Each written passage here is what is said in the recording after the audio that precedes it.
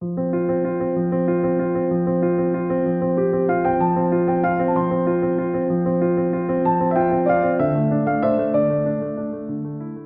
isaha y'isa 2 zuzuye nibwo imodoka y'urwego rw'igihugu rushinzwe imfungwa n'abagororwa mu mabara y'iranga y'ubururu n'umweru yari yambaye plaque ya GR083E yageze ku ngoro y'ubutabera urukiko rw'ibanze rwa Kicukiro izanye Kazungu Denis ukekwaho ibyaha birimo gusambanya abakobwa kanabica nyuma akabashyingura aho yabaga mu Busanza.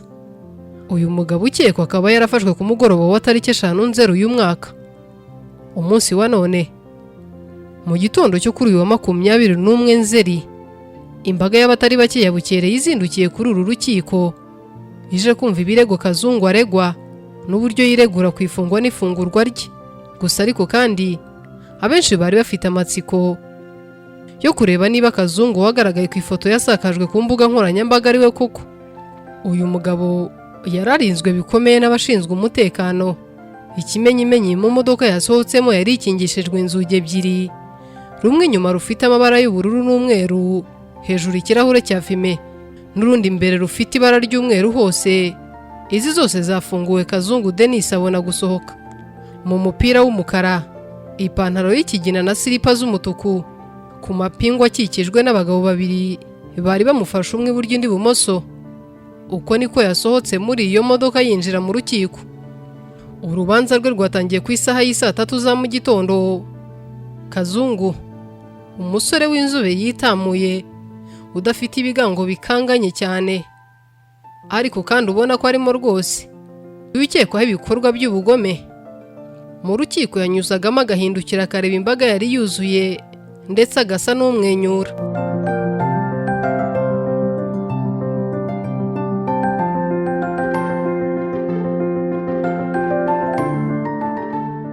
Kazungu utari ufite umwunganira mu mategeko yavuze ko yifuza ko iburanisha ku ifungwa n'ifungurwa rye by'agateganyo ryabera mu muhezo, kuko yemera ko hari ibyaha yakoze bikomeye adashaka ko binyura mu itangazamakuru. Yagize ati, hari ibyaha nakoze bikomeye ndi buvuge ntashaka ko biri bujye mu itangazamakuru cyangwa se ngo biyobore bagenzi banjye uburyo bikorwamo. Niyo mpamvu nsaba ko naburanira mu muhezo, kuko ninjye wiyemereye ukuri kandi ngomba kukuvugisha. Umucamanza yabajije ubushinjacyaha icyo bubitekerezaho kuri icyo cyifuzo cya Kazungu, ariko bwo buvuga ko nta shingiro gifite. Umucamanza yanzuye ko iburanisha ku ifunga n'ifungurwa ry'agateganyo ribera mu ruhame, aho bose bumva kandi bareba. Ubwo yarabajijwe icyamuteraga kwica abantu rw'agashinyagura akanabashyingura, Kazungu yabwiye urukiko ko impamvu yishe abo bantu yabazizaga ko bamwanduje sida ku bushake. Abajijwe icyo avuga ku busabe bw'ubushinjacyaha ku gufunga iminsi 30, yabwiye urukiko ati, izamu ni iryanyu ryo gufata umupira cyangwa ukabaca mu ntoki. Ibyaha Kazungu akurikiranweho birimo ubwicanyi buturutse ku bushake, iyicarubozo, gukoresha undi mibonano mpuzabitsina ku gahato, guhisha umurambo w'undi muntu, gukoresha ibikangisho, n'ifatwa ndetse n'ifungiranwa ry'umuntu. Akurikiranweho kandi ubujura bukoresheje ikiboko, icyaha cyo konona inyubako utari nyirayo, inyandiko mpimbano ndetse no kugera mu buryo butemewe ku makuru abitse muri mudasobwa. Mu iperereza ry'ibanze bigaragaza ko icyobo Kazungu yajugunyagamo imirambo yabaga amaze kwica hakuwemo imibiri 12. Ku rundi ruhande ariko rwa Kazungu ubwo yabazwaga ku cyaha cy'ubwicanyi, yemereye ko yishe abantu 14 barimo ab'igitsina gore 13 n'umuhungu umwe. Aha bikaba bivuga ko babiri biyongera kuri 12 bagaragaye mu cyobo Kazungu yabatesa akabarya. Muri iri buranisha umucamanza yasabye ubushinjacyaha kugira icyo buvuga kuri ibi byaha Kazungu ashinjwa. Ubucamanza bwavuze ko nubwo aba bantu 12 Kazungu yabiciye aho yaratuye mu Busanza, yabaga yabakuye mu bice bitandukanye birimo Remera, Kimironko, Kabuga, Masaka ndetse na Rusororo.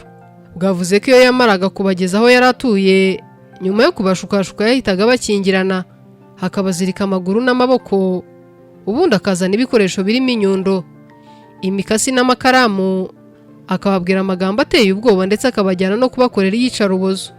Ubushinjacyaha bwagaragaje ko mbere yo kwica aba bantu yabanzaga akabaka amafaranga n'ibyangombwa byabo, ndetse akabategeka kumubwira imibare y'ibanga bakoresha kuri mobile money cyangwa se banka kugira ngo yohereze amafaranga kuri telefone. Mu iperereza ry'ibanze ryagaragaje ko ari bamwe mu bantu Kazungu yagiye yica ariko yabanje kubakoresha inyandiko zivuga ko bamuhaye ibikoresho batunze ndetse n'imitungo irimo n'amasambu. Iyo ibi byarangiraga yarabicaga ubundi akabajugunya muri wa mwobo yari yaracukuye mu gikoni. Ubushinjacyaha bwagaragarije urukiko ko mwibazwa Kazungu yagaragaje ko atibuka amazina y'abo bose yishe uretse 4 muri bo, harimo uwitwa Eliane Mbabazi, Clementina, Françoise na Eric Turatsinze. Avuga ko koko nyuma yo kwica uyu muhungu Turatsinze aribwo yatangiye gukoresha umwirondoro we. Uyu mugabo kandi yagaragaje ko ku cyaha cyo gukoresha indi mibonano mpuzabitsina ku gahato yemera umuntu umwe gusa, ko ari we yasambanyije ariko akaza kumucika atamwishe. Uyu mukobwa bivuga ko yafashwe ku ngufu na Kazungu. Mu buhamya yahaye ubushinjacyaha yavuze ko kuko uyu mugabo yamukoreye iki cyaha. Uyu mukobwa kandi yavuze ko yahamagaye kuri telefone n'umuntu wari wigize umugenzi bari basanzwe baziranye. Nyuma yo kugezwa kwa Kazungu yatangiye kumutera ubwoba ndetse aramukingirana, amubwira ko natemera ibyo ari bumusabe byose ari bumwice. Yamutegetse kumuha amafaranga kuri mobile money, amutwara telefone, aramusambanya ariko ndaza kumucika. Kazungu amwirutseho abaturage baramufata. Mu buhamya bwatanzwe n'abandi bantu bahohotewe na Kazungu barimo undi mukobwa wahawe izina rya kode ya 20 n'uwahawe ya 33, bagaragaje ko bose Kazungu yagiye bambura amafaranga ndetse akabakorera iyicarubozo ririmo kubajomba amakaramu mu mazuru. Ibi byose nibyo ubushinjacyaha bwahereho busaba ko urukiko rwategeka ko Kazungu afungwa iminsi 30 by'agateganyo, kuko ari bwo bwonyine bwo kurinda abakorewe ibyaha n'abatangabuhamya bagaragaye, no guhagarika ibyaha yakoze no kurinda ko hagira undi wese wakorerwa ibi byaha. Ndetse hejuru y'ibyo byaha byose ashinjwa nta na kimwe kiri munsi y'igifungo cy'imyaka 2.